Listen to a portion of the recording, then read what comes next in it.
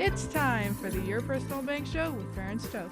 In an era of chaos, confusion, and craziness, Ferenc is a voice for common sense. As a financial literacy educator, speaker, and entrepreneur, Ferenc cuts through the noise to help us understand how current events affect our money, economy, and our freedom. Now, here's Ferenc Toth. Welcome to the Your Personal Bank Show. This is Ferenc, and we have one of our favorite guests, as usual, John Burley. He's real estate expert, educator, investor. John, welcome to the Your Personal Bank Show again. Ferenc, it is awesome to be here. I so enjoyed sharing with you and your audience. We have a great time, and I'm looking forward to an exciting episode. Excellent. And just so you know, quick news, you already know this, but our audience keeps expanding, so we're excited. We got 3 more new cities this last couple months ago. Wow, that is amazing. I mean, you're going to be as big as Rush Limbaugh pretty soon, I think. And I already think of you kind of as the all things money Rush Limbaugh, in my opinion. So I'm just honored to be here. Love your people, love your audience, love what you guys are all about here. Well, thank you. And we always enjoy hearing what you have to say about real estate. So we're not going to delay any further. John, just so you know, if you don't know John Burley, he's probably the most famous person you don't know. He's written he's a best-selling author. He owns thousands of real estate properties, 35 plus years. John, in the real estate world, tell us a little bit about your background for those that are not familiar with who you are.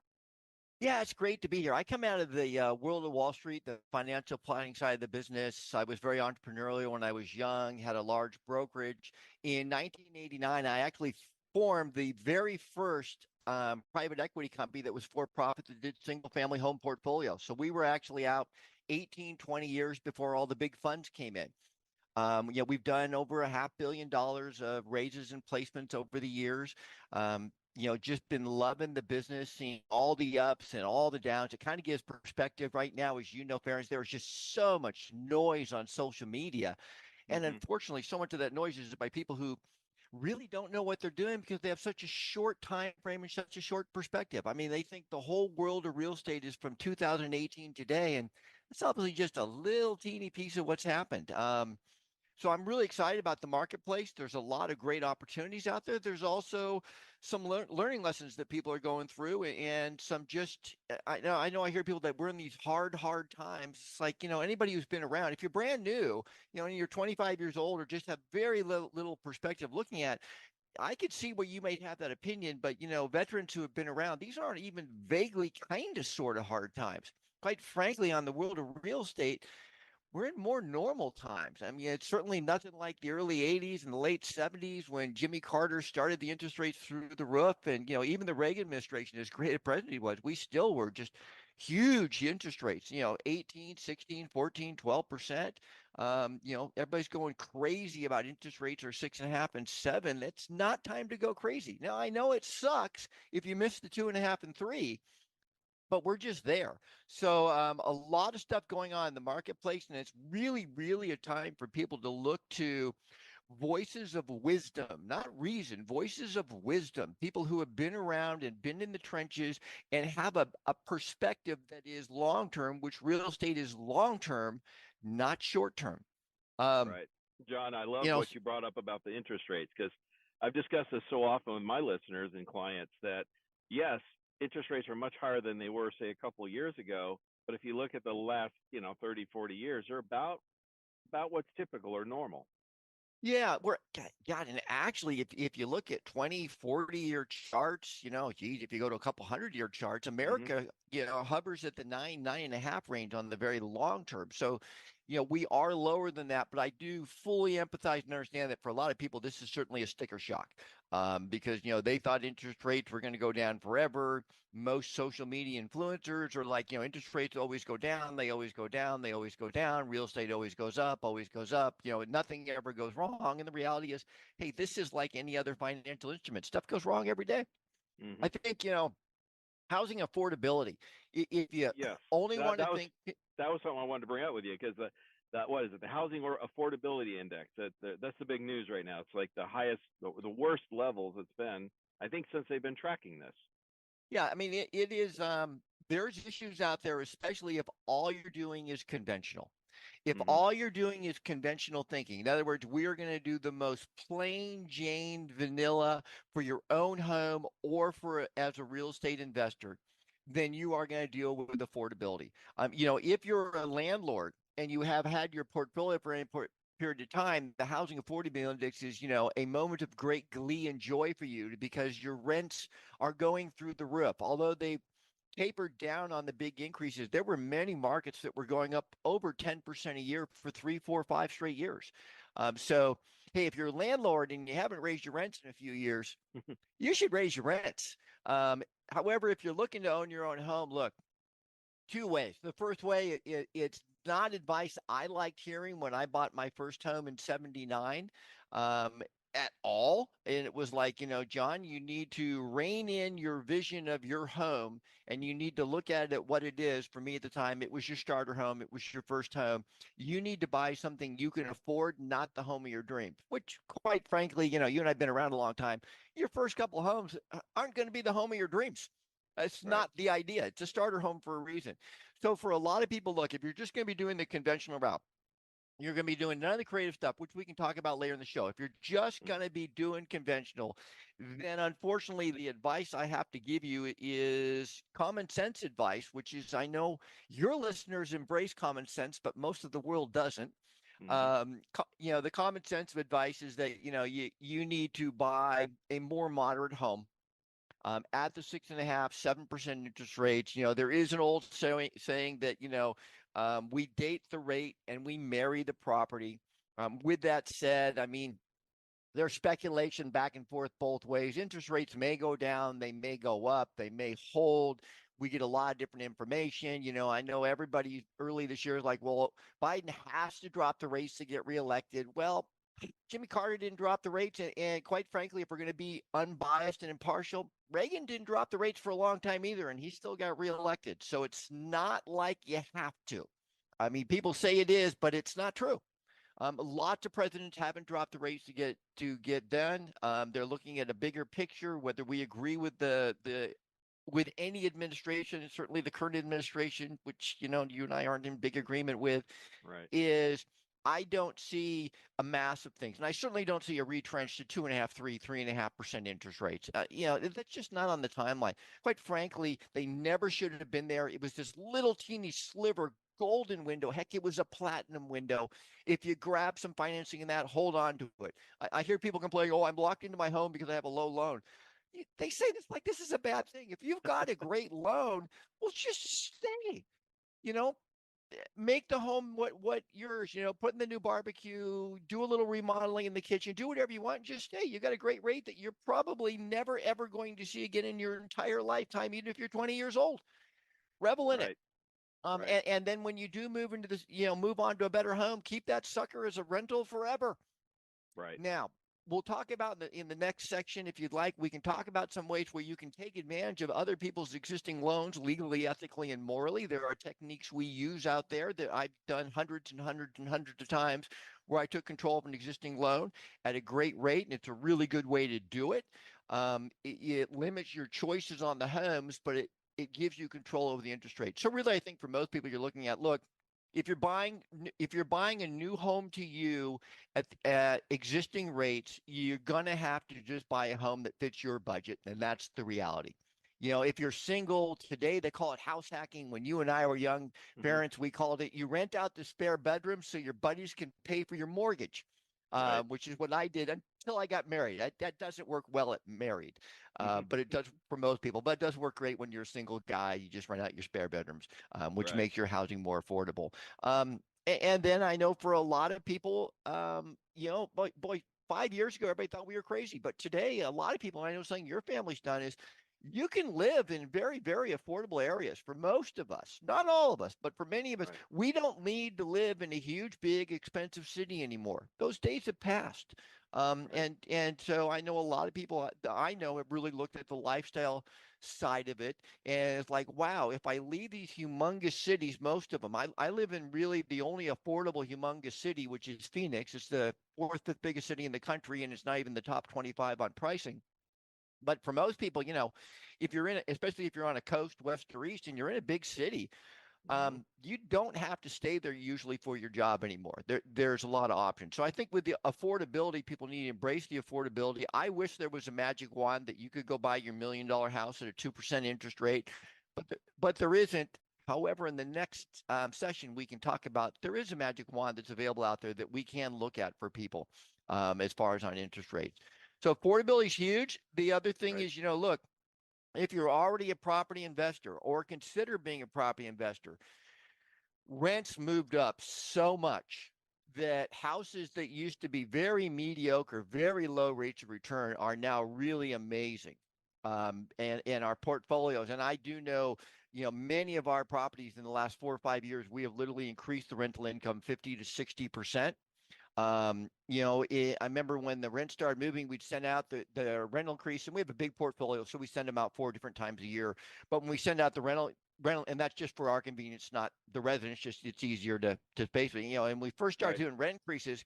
We had people going like, "Oh, John, no way." Oh, they weren't telling me because I have a team that does, but they're like, "No way, no way." And then within 72 hours, like 98% of them got back and said, never mind, because they found out that our $200 a month rent increase was a steal compared to what it was in the marketplace.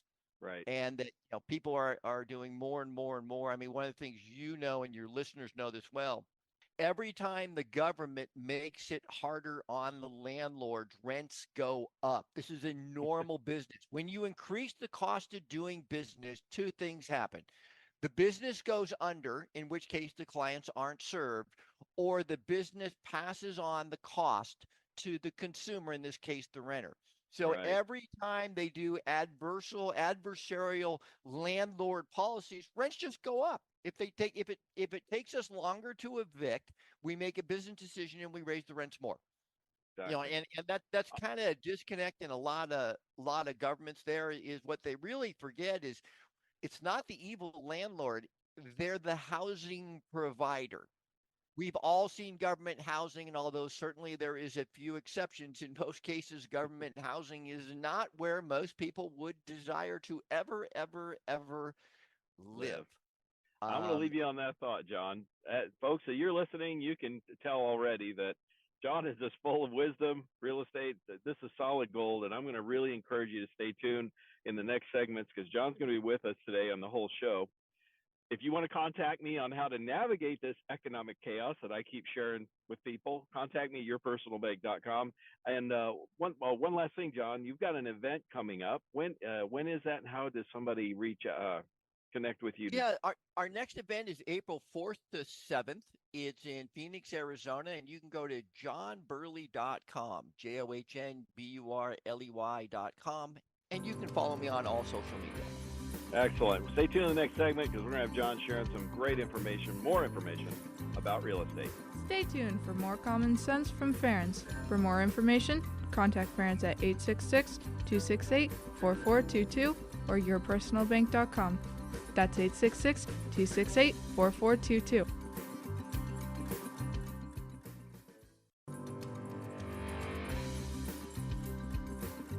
Welcome back to the Your Personal Bank Show with Ferenc Toth. Want more information? Contact Ferenc at 866-268-4422 or yourpersonalbank.com. That's 866-268-4422. Now back to the show with Ferenc Toth. Welcome back to the Your Personal Bank Show. This is Ferenc, and we have one of our most favorite guests, John Burley, real estate expert, entrepreneur, educator. John, thank you for joining us again today. Awesome to be here, Ferenc. Love our conversations. I do Always too. amazing. And folks, if you missed the first segment, I'm just going to tell you, go to yourpersonalbank.com. You can listen to this or any of the previously recorded shows anytime you want. If you missed it, John was talking about housing affordability. You don't want to miss that. You want to check it out. But the next question I had, John, for you was, still on a political nature a little bit, but Trump has vowed that if he gets reelected, that he's going to do the largest deportation in history. Obviously, Biden stays in, or the Democrats stay in charge. The immigration situation will be far different. How do you think either administration next year will affect housing? Or do Yeah, I you think think it. it'll affect housing prices Yeah, and such? obviously it's going to affect housings either way. I mean, there's Mm-hmm. in essence in the housing sector, there's what's called Class A, which would be your upper middle class to really high upper class homes. I mean, the stereotype, and we use stereotypes because they're mostly true. Obviously, there's always an exception. I mean, A good stereotype would be things rarely end well for a drug lord. They usually end up in prison or dead. I'm sure somewhere there's an exception of a drug lord who died in his 80s in bed, but I don't know of one. So we use stereotypes. They're mostly true. There's exceptions. Hey, we're not on CNN. We're not on Fox. So we can just use them because they're real and we all know that. There's Class A, which is the high-end housing. There's Class B, which is your middle class, with that range going up and down 20% either way. And then there's Class C, which is, your lower income, your moderate lower income. Wall Street came up with Class D, but, Class C already stood for, not good housing anyhow. So I don't go to Class D, and I don't invest in Class C, and obviously I don't touch Class D. Just the culture, it just doesn't work. Regardless, it's not a feel like that's racist. It's not a race thing. It's a culture within that economic community. Well, It it's a just business doesn't work. decision. It's a business decision you're making. Yeah, and it's not the A risk clientele I want to deal reward. with. Yeah, I want to deal Right. with clients who are grateful and enjoy my relationships, not clients who are adversarial. And again, it's Hmm. a stereotype, but it's there, and there was enough of it in my career. We don't do it. Hmm. With as you bring in more immigrants, and look, immigrants are the backbone of American history. Virtually everybody listening right now is an immigrant. We Right. came here at some point, most of us legally, under the rules and regs that were there. My family came in, 19th century, so in the 1800s, we weren't on the Mayflower or anything. It's the backbone of America. It's the beginning workforce, and it's the classic American millionaire. The American success story is mom and dad came. All of our families basically have this story. Mom and dad came generations ago. They worked 2-3 jobs. They worked super super hard. They installed work ethic in their children, and they made their children get great education. Well, look, if you're educated well and you have a hard work ethic in America, you're a millionaire. That's not hard. It's something that sometimes people have been here for many generations have forgotten. With that said, illegal immigration is an issue that's talked about a lot, so I'm not going to go there. There's just no need. I think, obviously, if there's lots of immigration coming in, it puts pressure on lower income level housing for a generation, and then that shifts and moves into the middle class housing. And so that just puts more people in, and you've got several states. We're not doing it federally, but you've got several states that are providing benefits that are designed for citizens, for non-citizens who are not in the legal process of being here: housing assistance, Section 8, et cetera, et cetera, et cetera. Because there's a lot of those programs. Everybody just kind of calls it Section 8, but there's a whole bunch of them. So I think that if immigration continues at record levels, there will be pressure on that. And what that pressure does is just raises the rents and raises the rents and raises the rents, which then forces the rents to go up in Class B and Class A, but more on Class C. If you were to dramatically lower those clients, well, then you've got right now a lot of speculation that's been occurring by quote unquote Wall Street, which means all kinds of funds that aren't directly Wall Street. Everybody just calls it Wall Street. And so they've been building tremendous amounts of Class C and even Class D, multi-housing, small housing, mini houses, lower and more moderate income, not a lot of it in the middle class, Class B. And there is a lot of talk that they probably have overbuilt in those sectors already. And so if you reduce the clientele, especially a large clientele that's receiving government assistance for rents, they're going to have problems. And there already is pressure in a lot of the lower income, moderate income, multi-unit residential properties. And they're already having struggles. A lot of them did short-term financing, and obviously the rates went up, and the current rents won't. They were speculating that interest rates would stay down forever. And I'm not a speculator. I don't make bets on stuff I have no control over. If I wanted to do that, I'd go to Las Vegas, and I Right. don't go to Vegas. So, definitely, if that continues, that's a sector that's already in trouble. So multi-housing residential apartments is already in trouble in the Class C markets. If you were to take away that government income streams because you didn't have all those people coming in, it would certainly have a huge effect on that sector, which when one sector's hit, it filters through. Right. Just Could it like, be? Could you anticipate? I mean, if they do a mass deportation program, it could be some similar like what we're facing with commercial real estate right now. absolutely. And Right. mass anything is going to affect the economic markets in a big way, Right. and not always good. So, there's when you do big mass things, even if they're great things to do, in the short term, they charge chaos. Chaos raises emotions. There's, this tremendously old saying that most people have heard, but if you haven't, you really should hold on to this. When your emotions are up, your intellect is down. The great leaders I've known, without exception, it wasn't a movie or a TV show. They didn't run on high emotions and high drama. They ran very low emotions, very low drama, very high intellect. The great business leaders that I've known in my life, when they were in states of emotions, they moved themselves out of the decision making process so they could lower their emotions and their intellect would return and they could make wise decisions. I mean, That that's was why when things are going bad, markets crash way more than they should, and when they're going right. good, they go up because everybody's running on emotions, except for the professionals who are smiling and making humongous profits because we're dealing with our intellect. So mass anything Right. causes some chaos, even if long term it's good. In the short term and in real estate windows, you're talking 5, 10, 15-year windows you can do it. And office sector has nothing to do with residential, yet with the office sector having a lot of collapse, it's affecting residential because of the fear factor. And it's just like, the other thing is, like Chicago's a great example, and it really is innovative. They're talking about converting a lot of those vacant office buildings to residential condos, townhomes, et cetera. The, Hmm. the disconnect is, well, if everybody's not coming downtown to work in those office buildings, everybody probably doesn't want to live downtown anymore. Some Right. people do, but Sure. not everybody. So there's not this pent up demand and supply. If they were all working downtown and you could magically have them work downtown and have vacant buildings, well, then that'd be cool. But that's not what's happening in most places. And Right. it's a big factor that's affecting, many of the major cities in America is that population is not coming downtown to work like they used to. Right. And they're working remote. And so it's affecting the office buildings, which is affecting all the sectors. Right. Um, Well, the yeah, other thought that came to mind, like you said, is how one area can affect the other. Is with the office sector struggling, the financing, the money available to loan and stuff gets a little more limited, say in residential or other areas. yeah, Obviously, and that's where you get that spillover effect. yeah, and you've got huge, very successful companies like Hilton pulling out of cities like San Francisco and defaulting on half a billion, three-quarters of a billion-dollar loans all over the world, just making business decisions Hmm. and understanding that hey, J.P. Morgan may not loan to us anymore, but we're willing to take that hit.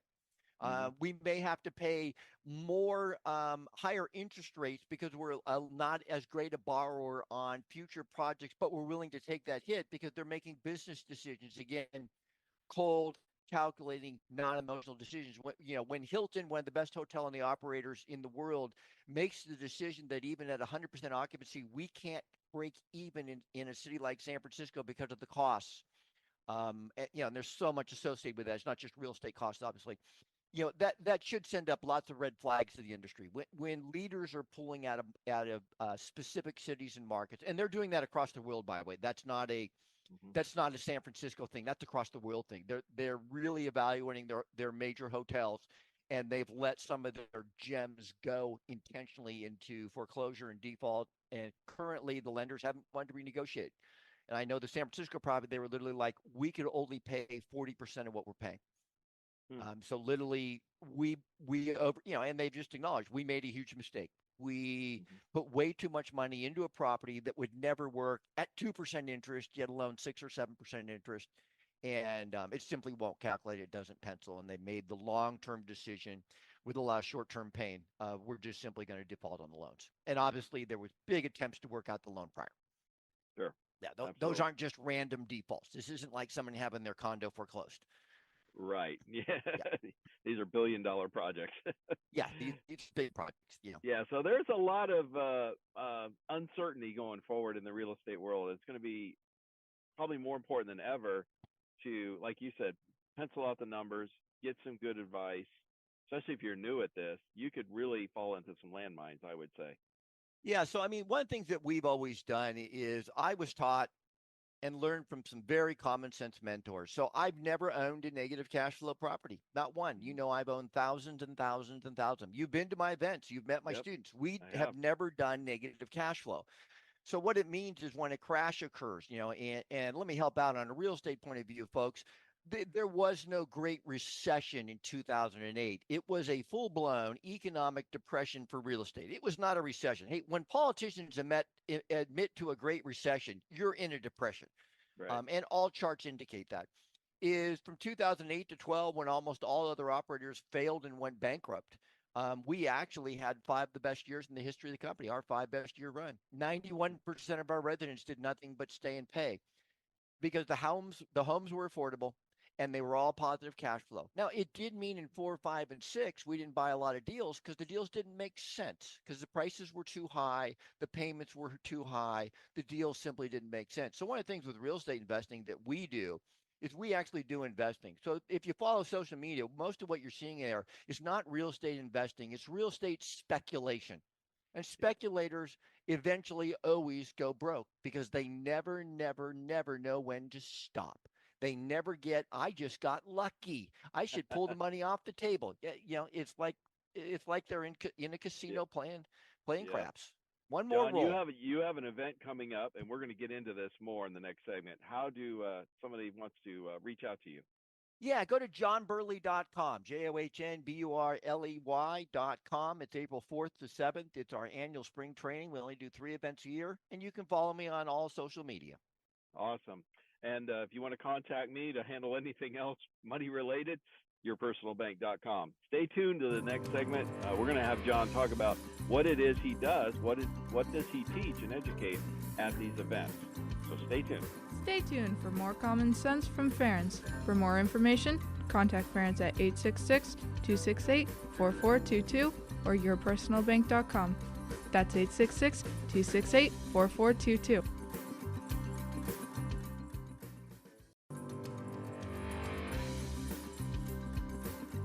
Welcome back to the Your Personal Bank Show with Ferenc Toth.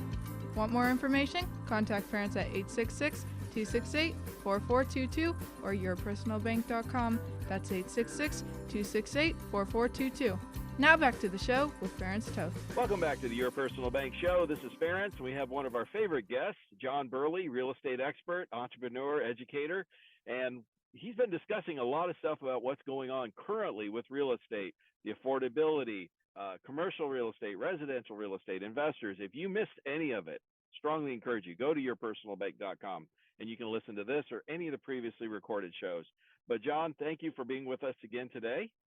It is awesome to be here. And just last segment, Ferenc, I want to say you are the only person who has asked me about the effects of mass immigration, pro and con. Incredible question. If you guys missed that, hop onto yourpersonalbank.com and check that out. Thank you, Because John. that really was a question that most people don't think about. Because everything has effects. Some people call me a thinker, and it hit me. I've been thinking about it a while, and I knew I was going to talk to you soon. And I was like, I'm going to ask the person that knows more about it. And I even saw you when I first asked the question. You were a little like you had to think about it a minute because it's like I got that feeling nobody had asked you that. But I think it was an amazing question. It's one of the reasons why I love coming on every quarter and doing your show is that I get to think and be challenged as well, just like the listeners and yourselves. Awesome. A couple things that are out there. So in real estate investing, and guys, I run a private equity company. I'm the founder and CEO of a company that was formed in 1989. 2% of the firms that invest in Wall Street are for profit, meaning 98% of the money make the money off of the fees, regardless of performance. They call it the asset management fee, which is an annual fee, and then there's the entry and the exit. We work for profit. For 35 years, my firm has made money from my clients every single year, and we made more in 8 to 12 than in the good years, because if you're doing this well, you make your money in the down years, not the up years, because you're not speculators. I never bought a piece of real estate because it was going to go up in value. I like that it does over the long term. I like that over the long term, it does better than the S&P 500 and the Dow, and also provides tax benefits that they don't. But the main thing it provides is income stream, which gives me staying powers when the market goes down, as long as I'm positive cash flow. Two huge things that we're thinking right now. And look, let me be straight up. I hear all these guys on social media, and understand the difference. Most of them are influencers. They are not investors. I'm an investor. It's what I do for a living. as an influencer, it's shock and awe, shock and awe, shock and awe. Get everybody to pay attention to your noise. Whether you know what you're doing or not is irrelevant. It just is. But real estate investing, anybody who tells you it is easy and anybody can do it, here's what you know. That person, part of them is a fool or a deceiver. There's no nice way to say it because it's not easy. It's like anything in the world that is significant as an accomplishment, especially in the financial world. It takes work. The difference is if you learn what you're doing, the work is extraordinarily high paid, and you can learn to develop a team and have the team take it over. Real estate investing, I know everybody, if you go to social media and listen to influencers, they're all talking about you don't need any money, you don't need any credit, it's super easy. Okay, it's not true. The reality is real estate takes money. It is a heavy, heavy asset class that requires lots of coin. So what we did, and what I did in my own life as an investor, and then later when I became an educator, which was kind of by accident, is I just realized, look, if I wanted to build a huge portfolio, I needed to take my lessons from Wall Street, and I need to learn how to raise money and raise it very, very well in a very simple model that's a non-security, and then we do the more complex security models because they're different. And the security models most people should never touch until they have vast experience and track record. The non-security models are a lot more simpler to deploy and get in. And so we teach people So, first and so, foremost how to so, raise money. and I hate to interrupt you, but when you say Please do. security model, non-security model for the novice, what do you mean by those things? So lots and lots of things that people teach about raising money are actually a security model, which means you need to register a file within the state you're in any state you take money. And if you do not do so, it is a security violation. Now, with that said, probably 99 out of 100 people who commit a security violation, nothing ever happens. It didn't mean you were okay or good. It just means nobody checked. But if they checked, you're looking at financial ruin and possibly jail even for minor offenses. So there's very, very, very strict rules. They're not vague. They're very well laid out. And we discuss this at the events because we teach people to raise money. And if you come out to our events, you'll literally meet students who, in a year to 5 years, raised 10 to $100 million and built a huge portfolio that cash flowed for 25 to 100,000 plus a month. And we have several of those people, real people live there, not pictures of them, not picture checks. I always love real estate presentations that do pictures of checks. Yeah, I got a check 2 years ago from a little teeny place in the deep south, but everybody else sends me a wire. I don't know about how you guys do business. Right. But I did get a check from one. They didn't know how to do it. Well, if they knew how to do wire, they didn't do it. So we teach people first and foremost how to raise money. And then one of the things we're really doing now, and it kind of tags on our first segment, is that we are right now every month acquiring properties using the existing financing. We are either doing what's called a subject to transaction where we take control of the existing loan without assuming it, which most realtors won't do, or we assume the loan, or there's something called a mirror wrap that's done with VA loans. So we have, well, this year, last couple months, we have acquired loans as low as 1.75%. So if you'd like a 1.75% loan, go to johnburley.com and we'll show you how to do it. We have also done several that are 1.75, bunch in the twos, a couple that were like 3.5, but they were 3.5 with a lot of equity. Now, these require some money, obviously closing costs, title insurance, money to the seller, but they're usually very moderate entries. You're looking at, a small percentage, similar to an FHA type of acquisition. We're just able to take control of a very, very low interest loan. So for some of you, Mhm. if you'll invest in your knowledge, wisdom, and education, for some of you, you can choose to get a low interest loan right now today. And we're going to be teaching huge segments on that April 4th to 7th at our event. Go to johnburley.com. You can book in. We'll show you how to do it because we are actively buying homes with low interest rate loans. I can't choose from every house for sale. I can only choose from the houses for sale that have the right loan, but the house still has to work. So we have to make sure we're doing it right. There's a lot to it. It's not a simple transaction. It is complex. The documentation and paperwork. Yeah, don't download that stuff from legal Zoom, or as we refer to it, and professionals refer to it as legal doom, because obviously real people aren't buying their docs there. I mean, you need Right. sophisticated paperwork, documents, text techniques, and we spend 4 days walking you through the ins and outs of how we do these transactions for real without the hype of influencers.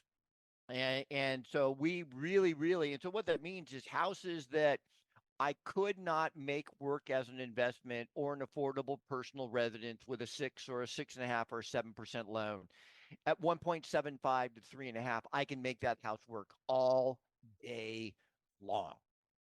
And we also do these with buildings. We also do these with apartments. We do it with commercial, but just be aware of the risk, because obviously the commercial sector is being affected. If you're doing any commercial sector, it's, if a little anybody hairy tells you, right now. if anybody tells you that the Commercial, that is. epidemic failure that's coming in the office building won't affect your strip mall, they are beyond naive or just a trickster who's misleading you, because they are. I mean, it would be naive to think that that sector is not being affected right now, and the bad hasn't happened yet. That sector, we're just at the tip of what's going to happen, and that will affect all the other sectors around real estate, and it'll affect Wall Street. I mean, that you can't have big ripples without affecting everything around it. We're not looking at tsunamis. No. There's no mass glut of foreclosures coming in the residential sector. It's funny. And it is amazing human nature, Ferenc. All these people complaining, I'm locked to my home because I have a 3% loan, like this is a bad thing. It's like, just smile and be grateful. You have a 3% loan. I've said that dozens of times to potential clients and clients. Same thing. Yeah. And I get from all the time. I always tell people, hey, I'll write you a check and I'll take your home and your loan. Yeah. And you can't get one of those today, typically. Yeah. So just stay put. There's, and again, for some people, look back at your mom and dad and your grandma and grandpa. How long did they live in the family home? 20, 30, 40, 50 years. There's nothing wrong with that. Yeah. And so we're just very, very excited about the marketplace and the opportunities that are out there right now, Ferenc. I love that some of the old techniques that we used to do on the assumptions and the subject to and the mirror wraps, taking control of those old loans, are completely back, and they're happening again. These normally, in a normal real estate cycle, which is 14, 15 years, the normal cycle from going up and then going down again and repeating, we get a couple of year windows where we can use some of these really creative techniques. The reality is 80% of the time, the really creative techniques don't work on most properties in most markets. There's always that exception, which is what they talk about on social media, but it's not the norm. Right. Right now, we do have them. The difference is look, guys, it's not 1990. These aren't $8,000, $6,000, $10,000 down. Heck, for many of us, the closing costs are more than that. Right. And the seller still needs some money. But we are really actively taking control of the loans. Come out to the event. If somebody wanted to learn more about that, John, I know you have an event coming up. How would they contact you or learn more about this? Yeah, April 4th to 7th, our annual spring training. Go to johnburley.com. We have free tools and downloads for you there, and also information about upcoming events. And you can follow me on any of the social medias. John Burley, Burley, easy to find. We're out there. Would love to meet you face to face. We've had so many of Ferenc's listeners come to the events and have joined from it. And how Ferenc and I originally met is Ferenc going way back. We've done business together. Ferenc is, however, one of our students. Yes, that's how I attended. I think I've attended about 9 days of your training altogether so far. And folks, I can say firsthand that the reason why I bring John on is it's legitimate. What he shares is real. It's real world, and it's not theory. So you can apply these principles that John is teaching. If you are indeed interested in real estate investing, the first thing I tell people, especially without experience, go learn. Go learn, because it's a business like any other business. Yeah, and we teach it from the first morning and throughout the entire 4 days. We teach it as a real business and a real business model. This is not a willy-nilly get-rich-quick scheme. I tell people, hey, if you're looking for get-rich-quick or a financial miracle, I am not your guy. I am not Jesus Christ. I cannot part waters, and I cannot save people who aren't willing to save themselves. I like that. Well, folks, I'm going to encourage you to stay tuned in the last segment, because we got John one more segment today, and we've got some more great information I'm sure he's going to be sharing with us you don't want to miss. Obviously, if you want to contact me on anything else or money related, navigate this economic chaos or challenges or whatever you want to call it going forward, contact me at yourpersonalbank.com. Stay tuned in the next segment. You don't want to miss it. Stay tuned for more common sense from Ferenc. For more information, contact Ferenc at 866-268-4422 or yourpersonalbank.com. That's 866-268-4422.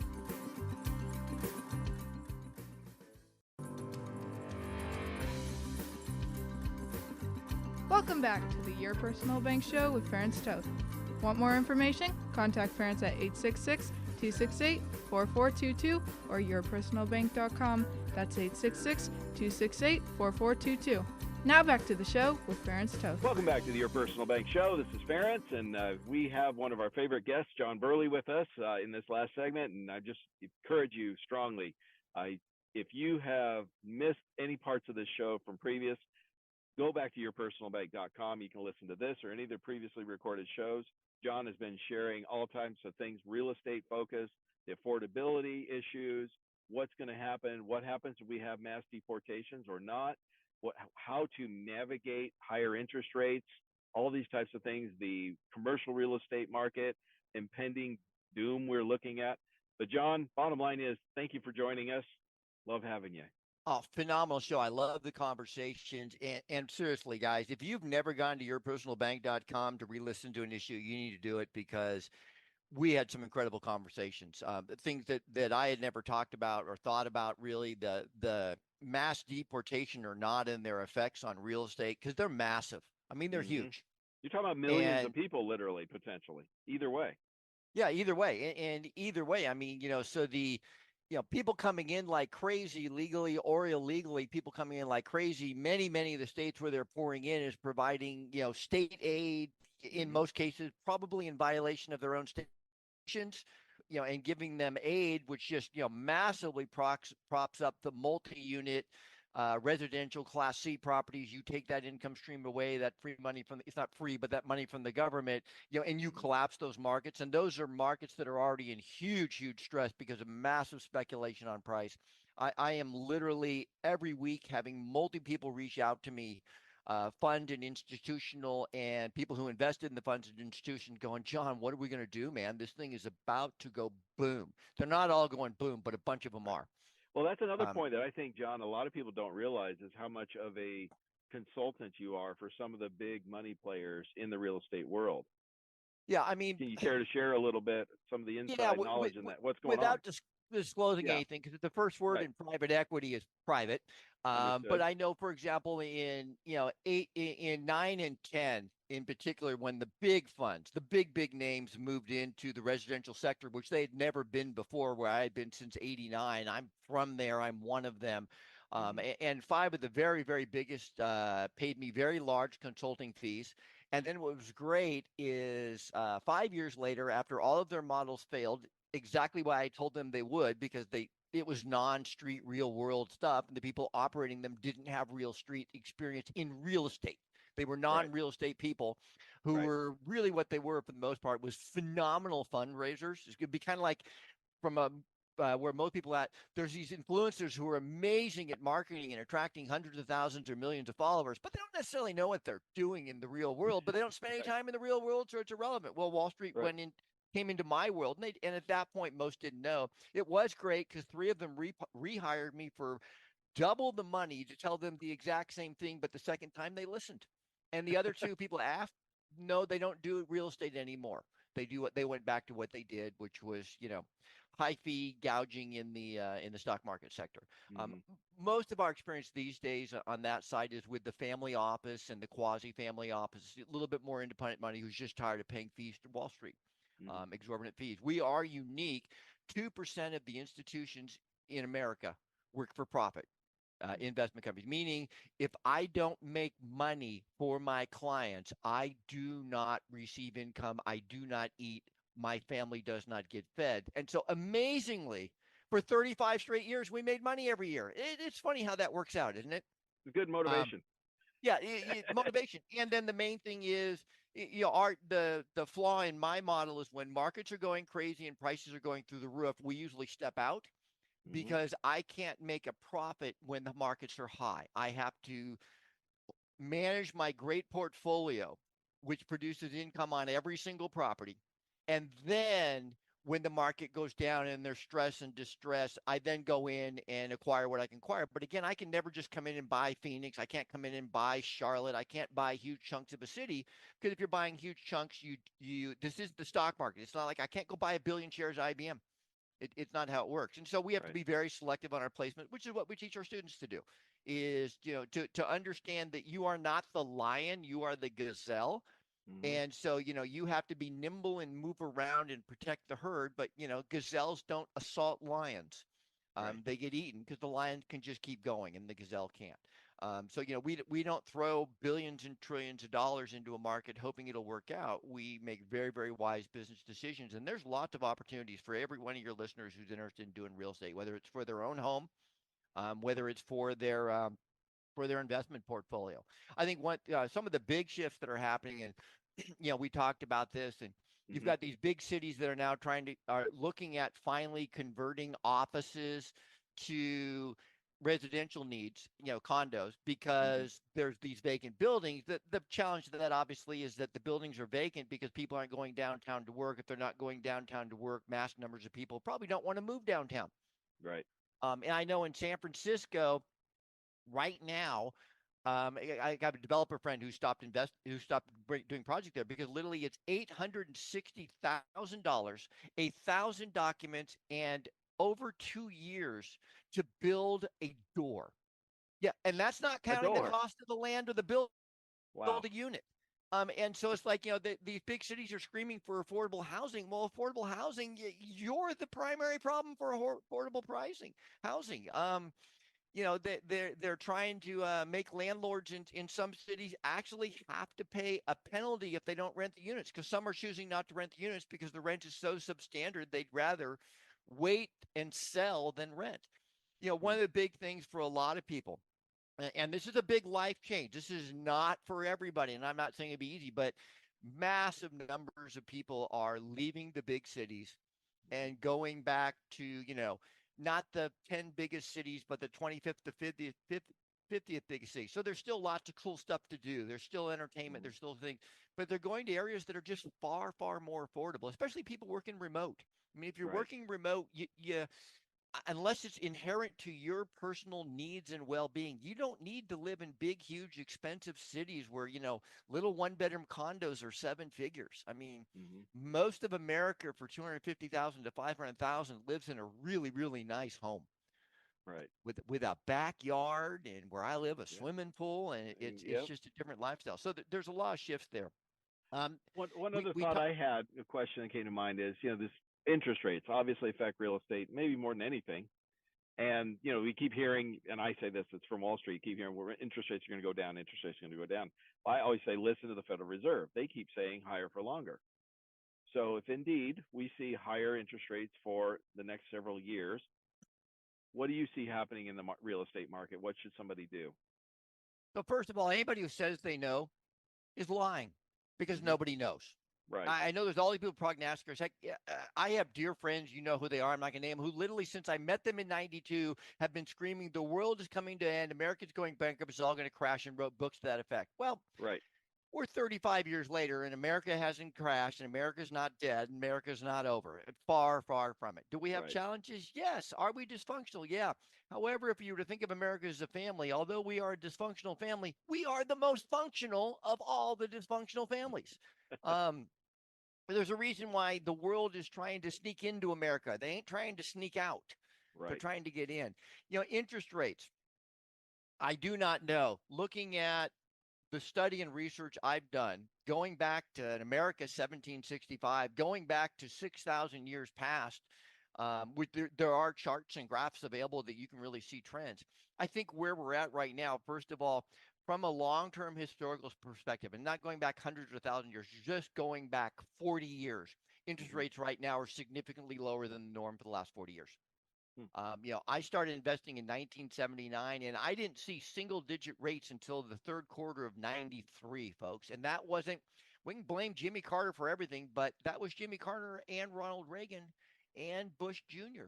And it Hmm. was actually under Clinton when they finally came under 10. Because I have my personal biases and preferences, but when it comes to money and subjects like interest rate, I can't be biased. It Right. costs me too much money and costs my capital investors too much money. And so it's not all Democrats or Republicans, good or bad on anything. Every administration for the most part. I mean, some you have to look hard, but every administration did good things and bad things. Some you got to look harder than others from my own personal perspective and opinion, but that's not Right. necessarily a fact, it's my opinion. I think where we are in interest rates is it possible that for political reasons we could get a slight bump down? And I'm talking half a point. That's it. Maybe one Right. and a half max. I don't think so. Is it Right. out there as a possibility and on the table? Yes. The more likely when, like you say, when you listen to the Fed's like, no, we're not doing that. There are Right. so many other things they need to fix. They don't Right. want to get the hyperinflation. I mean, So they expect. should spend their That's what I time think. revising the tax code. They Right. should spend the time, fixing housing. Right. There's a lot of things they should do that they're not doing. And it is what it is. It's just politics as usual. Hmm. And so I don't think we've got a big interest rate coming down. I mean, hey, the big interest rate come down. It already came and it already went, and you missed it.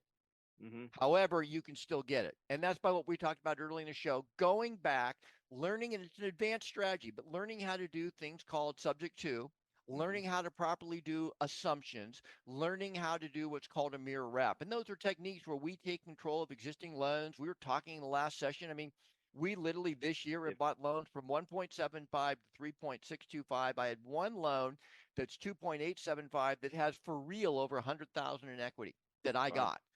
So if somebody wants to learn more about how to do this, John, I know you have an event coming up. How do they contact you? Yeah, April 4th to 7th. Go to johnburley.com, JOHNBURLEY.com. If you can't make the April event, I do 3 public events a year. We also have a lot of free tools and education for you on the website. So go to johnburley.com. And I'm on all social media. I'm not a huge, big influencer because it's not where I spend my time, but we're there. We're regular. We do things. And unlike a That's lot of awesome. guys, if you send me a personal message, it may be a day, but the person who responds and answers isn't some 18-year-old kid sitting in a room somewhere. It's me. There you Um, go. and I'm Well, happy to folks. help. Well, John, it's been awesome having you on the show again, as always. And folks, if you are interested in learning more about real estate, definitely contact John. Plan to attend one of his events. You will not be disappointed. As always, I'm going to encourage you to stay tuned to the Your Personal Bank show next week. We have some incredible interviews coming up. We have an interview coming up in the next couple of weeks with the state of the cities. So that's going to be quite an awesome show you guys do not want to miss. Contact me for more information if you want to learn how to navigate this economic challenges, uncertainty, chaos, whatever you want to call it going forward at yourpersonalbank.com. Before I finish, John, again, thank you for joining us. It's always awesome having you. Ferenc, thank you. And everybody out there listening, thank you for your time today, and God bless. Take care. Absolutely. As long as it's on our money, in God we trust. Listen Tuesdays at noon and Saturdays at 1 to the Your Personal Bank show for more information. Contact Ferenc at 866-268-4422 or yourpersonalbank.com. That's 866-268-4422. This show is designed to provide accurate and authoritative information. The presenter and guests of this program do not engage in legal, accounting, or tax advice. Professional advice regarding your situation should be sought if required. Some products discussed may have limitations and not be available in all states. Excessive unpaid loans may affect performance. Distributions may become taxable if not managed properly. Replacements may not be suitable for everyone. There may be charges when replacing coverage. Dividend rates and bank line of credit rates may change. For current rates, contact Ferenc at 866-268-4422 or yourpersonalbank.com. Again, that's 866-268-4422 or yourpersonalbank.com.